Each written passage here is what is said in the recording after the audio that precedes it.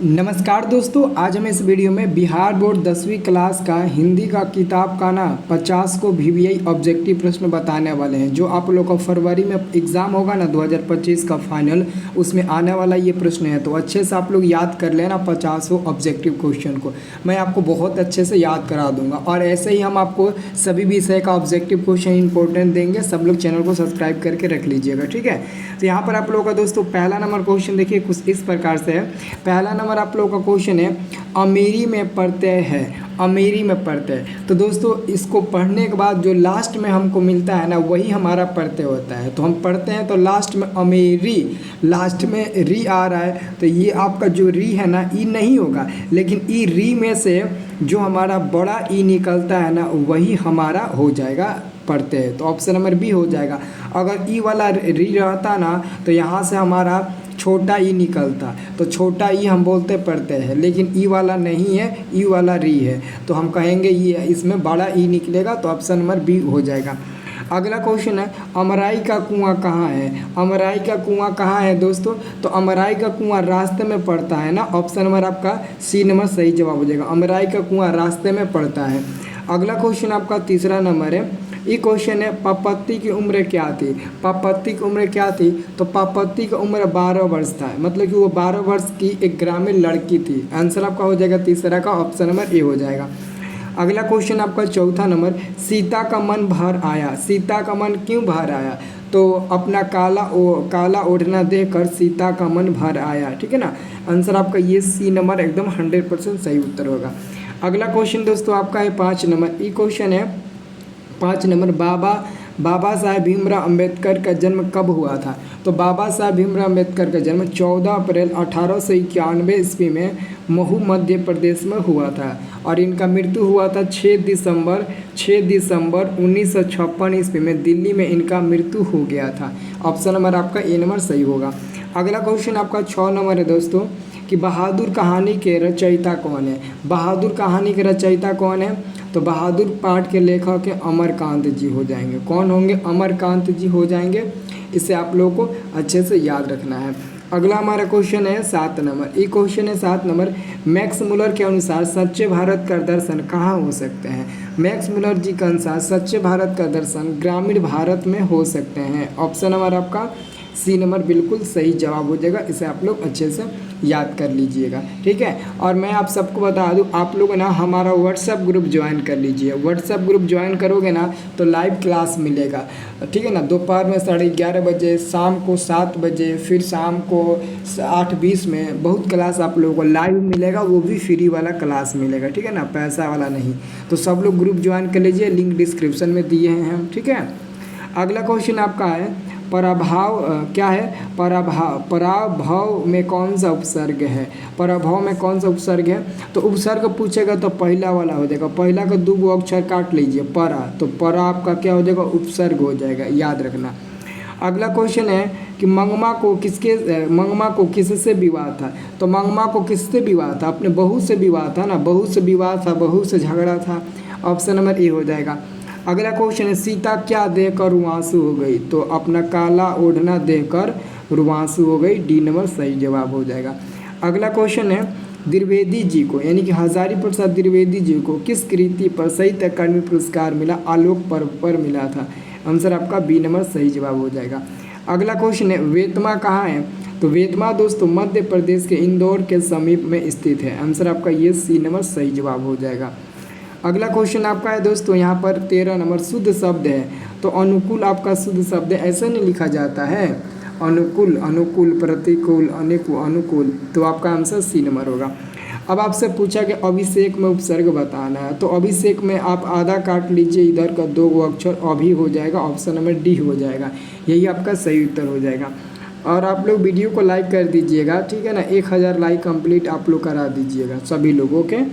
अगला क्वेश्चन है 15 नंबर, हाथ खाली होना मुहावरे का अर्थ है।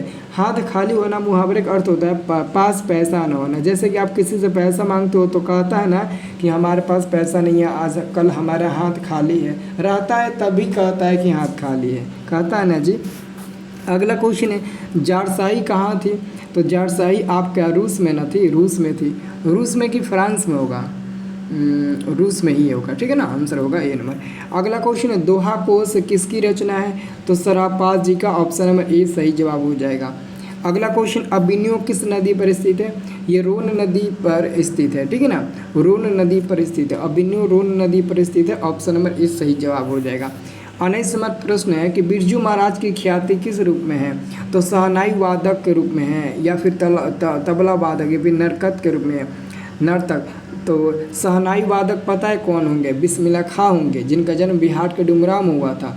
तो यहाँ पर हमारा हो जाएगा नर्तक के रूप में होगा, ऑप्शन नंबर ए हो जाएगा। ओके, याद रखना। अब देखिए अगला क्वेश्चन आपका है भाववाचक संज्ञा का उदाहरण बताना है। देखो भाववाचक संज्ञा वह होता है जो कि देखा नहीं जा सकता है बल्कि महसूस किया जा सकता है। जैसे यहाँ पर आप लोग देखिए तो आपका लकड़ी है, लड़की है, बहन है, घड़ी है। तो घड़ी, बहन, लड़की, ये हमारा भाववाचक नहीं होगा, लेकिन ये हमारा यौवन भाववाचक हो जाएगा, ठीक है, इसे याद रखना। अब देखिए अगला क्वेश्चन आध्यात्मिक शिक्षा से गांधी जी का क्या तात्पर्य है, तो हृदय की शिक्षा, ऑप्शन नंबर ए हो जाएगा 21 का उत्तर। अगला क्वेश्चन रसखान किस विषय में सिद्ध थे, सवैया छंद में सिद्ध थे, ऑप्शन नंबर ए सही जवाब हो जाएगा।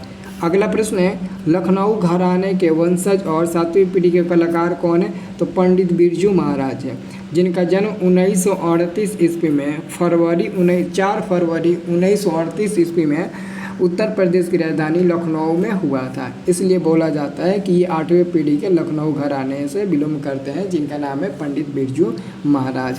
अगला क्वेश्चन है नवनिधि में समास कौन सा होता है। देखिए अगर समास पहचानना हो तो मेरा एक वीडियो देख लीजिएगा, अगर आप कमेंट करके बताइएगा तो मैं उस वीडियो का लिंक आपको दे दूंगा। बहुत आसानी से मैंने बताया है। जिस शब्द का पहला शब्द संख्यावाचक होता है वो हमारा द्विगु समास होता है। तो ये बताइए नौ का मतलब क्या होता है, ये आपका पहला पद है ना, नवनिधि को 2 भागों में बांटिएगा तो पहला भाग आपका 9 आएगा। 9 का मतलब होता है ई वाला 9, और 9 आपका संख्या है, तो जिसमें संख्या का बोध होता है ना वो द्विगु समास होता है। कभी भी पहचान लेना, 100% यही ट्रिक है आपको पहचानने का, और ये सब कोई आपको नहीं बताता है ना जी। अगला क्वेश्चन है रुचि शब्द का विशेषण क्या होगा। रुचि शब्द का विशेषण रुचि होता है, ठीक है ना, और मित्र का क्या होता है, तो मित्र का दोस्त हो जाता है मित्रता, मित्र का मित्रता हो जाता है। किताब का क्या होता है, किताब का दोस्त हो जाता है किताबी, क्या हो जाता है, किताबी हो जाता है। संस्कृत का सांस्कृतिक हो जाता है, याद रखना। अगला क्वेश्चन आपका है मेरे बिना तुम पर कविता का हिंदी रूपांतरण किसने किया है, तो धर्मवीर भारती ने किया है, आंसर डी नंबर सही जवाब हो जाएगा। अगला क्वेश्चन है शत्रु शब्द का भाववाचक क्या होगा, शत्रुता हो जाएगा, शत्रुता, ठीक है ना, ऑप्शन नंबर आपका बी नंबर बिल्कुल सही जवाब हो जाएगा। अगला क्वेश्चन आपका है 28 नंबर जनतंत्र का जन्म शीर्षक कविता के कवि का क्या नाम है, तो यहाँ पर हमारा इसका सही जवाब हो जाएगा Ramdhari Singh Dinkar, option number A सही जवाब हो जाएगा। अगला क्वेश्चन बहादुर का पूरा नाम, तो बहादुर का पूरा नाम है दिल बहादुर, ऑप्शन नंबर आपका बी नंबर बिल्कुल सही जवाब हो जाएगा दोस्तों। अगला क्वेश्चन 30 नंबर है परिणामवाचक विशेषण। दोस्तों परिणामवाचक विशेषण ये आपका सी नंबर हो जाएगा, थोड़ा सा आपका परिणामवाचक विशेषण हो जाएगा। अगला क्वेश्चन है परंपरा का ज्ञान किन के लिए आवश्यक है, बहुत इंपॉर्टेंट है, तो ऑप्शन नंबर आपका सी नंबर हो जाएगा जो लकीर के फकीर न होकर क्रांतिकारी साहित्य की रचना करे उन्हीं लोगों के लिए परंपरा का ज्ञान अति आवश्यक होता है। और यही क्वेश्चन आपके एग्जाम में 2 नंबर के लिए भी पूछा जाता है और आंसर में यही लिख देना। अगला क्वेश्चन है पार्वती बेहोश क्यों पड़ी थी, तो पार्वती को बहुत तेज बुखार था, बहुत तेज बुखार के कारण वो बेहोश पड़ी थी, आंसर बी नंबर हो जाएगा। अमृत का पर्यायवाची शब्द क्या होता है, अमृत का तो पर्यायवाची शब्द बहुत होता है, जैसे सुधा हो गया, सुधा होता है ना, यानी कि आपका आंसर हो जाएगा बी नंबर। अगला क्वेश्चन आपका है कि किसके लिए अगहन का महीना आराध्यादेव बन गया था, तो माँ जी के लिए अगहन का महीना आराध्यादेव बन गया था, क्योंकि माँ जी को लगा था कि आने वाले अगहन के महीने में हमारी बेटी मंगू ठीक हो जाएगी, इसलिए उनके लिए वो आराध्यादेव और खुशी का वो मतलब महीना था। अगला क्वेश्चन है सातकोड़ी होता कथाकार है। सातकोड़ी होता धरती विश्वास पाठ के लेखक हैं और ये उड़िया भाषा के कथाकार है, ऑप्शन नंबर सी आपका सही जवाब हो जाएगा, इस सी नंबर वाला सही जवाब हो जाएगा। अगला क्वेश्चन है कमर कसना, मुहावरे का सही अर्थ क्या होता है, तैयार होना, कमर कसना मतलब कि तैयार होना, याद रखना। अब देखिए अगला क्वेश्चन आपका है दक्षिण अफ्रीका से गांधी जी भारत कब लौटे। दक्षिण अफ्रीका से देखिए गांधी जी दक्षिण अफ्रीका 1893 से 1914 तक रहे और इन्होंने 1915 ईस्वी में वापस लौटे थे भारत। अगला क्वेश्चन है, मछली लेकर कौन भाग गया था? तो मछली लेकर संतु ही भागा था, क्योंकि संतु नहीं चाहता था कि मछली को काटा जाए, क्योंकि वो मछली से प्यार करता था। वो चाहता था कि मछली को हम पालेंगे, कुएं में डालेंगे, उसके साथ खेलेंगे, अच्छा उसको लगता था। इसलिए जब मछली काटी जा रही थी तो मछली को लेकर भाग गया था। स्वर संधि के कितने भेद होते हैं? कुल 5 भेद होते हैं स्वर संधि के, याद रखिएगा। अगला क्वेश्चन आपका है भाववाचक संज्ञा का उदाहरण। तो देखिए, भाववाचक संज्ञा जो कि दिखाई न दे, महसूस करते हैं। आपका बचपना आपको दिखाई देता है, लेकिन आप याद करते हैं तो महसूस करते हैं ना कि हमारा बचपना ऐसा था। तो ये बचपन जो है ना, वो हमारा भाववाचक हो गया, क्योंकि बचपन आपको दिखाई कभी नहीं देता है, ठीक है ना, उसको हम लोग महसूस करते हैं। बचपना हो गया, दोस्ती हो गया, बुढ़ापा हो गया, ठीक है ना, इस सब आपका क्या होता है? अच्छाई हो गया, बुराई हो गया, सर्दी हो गया, इस सब भाववाचक हो, क्योंकि इसको हम देख नहीं सकते हैं खुली आंखों से, बल्कि महसूस करते हैं। द्विगु समास कौन नहीं है? अब बताइए, एक और आगे द्विगु समास कौन नहीं है? तो मैंने आपको बोला था द्विगु समास पहचानने के लिए मैंने आपको ट्रिक बताया था ना, द्विगु समास आप कैसे पहचानिएगा। मैंने बोला था कि जिसमें संख्या का बोध हो ना, जिसका पहला पद वो द्विगु होगा। देखिए, त्रि का मतलब होता है 3, ये द्विगु है। त्रिलोक मतलब इसमें भी त्रि का मतलब होता है 3, ये भी आपका द्विगु है। 9 इसमें भी है, 9 का मतलब होता है 9 संख्या, ये भी आपका द्विगु है। मतलब A number, B number, C number द्विगु है। लेकिन डी नंबर में माता पिता में कोई संख्या का बोध नहीं दिख रहा है, मतलब ये हमारा द्विगु नहीं होगा पक्का। सही बात है ना? तो आंसर डी नंबर होगा। माता पिता में द्वंद्व समास होता है, जिसमें बीच में योजक चिन्ह लगा होता है ना, वो का होता है, तो द्वंद्व समास होता है। प्रेम किस संज्ञा का उदाहरण है? प्रेम। तो प्रेम भी दोस्तों दिखाई थोड़ी ना देता है। प्रेम यानी कि प्यार दिखाई नहीं देता है, महसूस किया जाता है। इसलिए तो आजकल प्यार में अंधे लोग हो जाते हैं। अब देखिए, अगला क्वेश्चन आपका, निस्तेज में कौन सा उपसर्ग है? तो निस्तेज में पहला क्या है? पहला पद क्या है? निस है। निस नहीं है, बल्कि निस है, लेकिन आधा स है।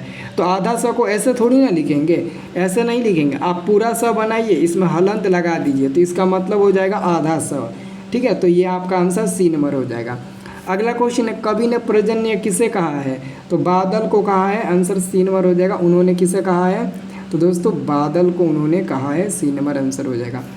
अगला क्वेश्चन है, एक वृक्ष की हत्या कविता किस काव्य संग्रह से संकलित है? तो इन दिनों आंसर ये डी नंबर हो जाएगा। ओके, अब अगला क्वेश्चन आपका है, मेरे बिना तुम प्रभु किस भाषा से अनुदित है? तो मेरे बिना तुम प्रभु ये जर्मनी भाषा के हैं, क्योंकि इसके लेखक भी है ना, वो भी जर्मनी से ही है, इसलिए जर्मन भाषा होगा। अगला क्वेश्चन है, राम नाम बिनु बिरथे जगी जन्मा, यह कथन किसका है? तो गुरु नानक जी का ना है जी, राम नाम बिनु बिरथे जगी जन्मा। अगला क्वेश्चन है, समूहवाचक संज्ञा। देखो, समूह का मतलब ही हो जाता है समूह जिसमें ज़्यादा लोग रहेंगे। जैसे आर्मी का समूह हो गया, सेना का समूह हो गया, पुलिस का समूह हो गया, जो सभा गांव में होती है उसका समूह हो गया, पंचायत जो होता है उसका समूह हो गया। अंगूर में दोस्तों गुच्छा होता है, अंगूर का भी एक समूह होता है। केला जो हो गया उसमें दर्जन होता है, तो उसका भी एक समूह होता है। और वैसे ही दोस्तों यहाँ पर मेला है, मेला का भी एक समूह होता है। मेला में बहुत लोग रहते हैं ना, कमेटी हो गया जो मैच वैच खेलते हैं, टीम के प्लेयर्स में भी समूह होता है।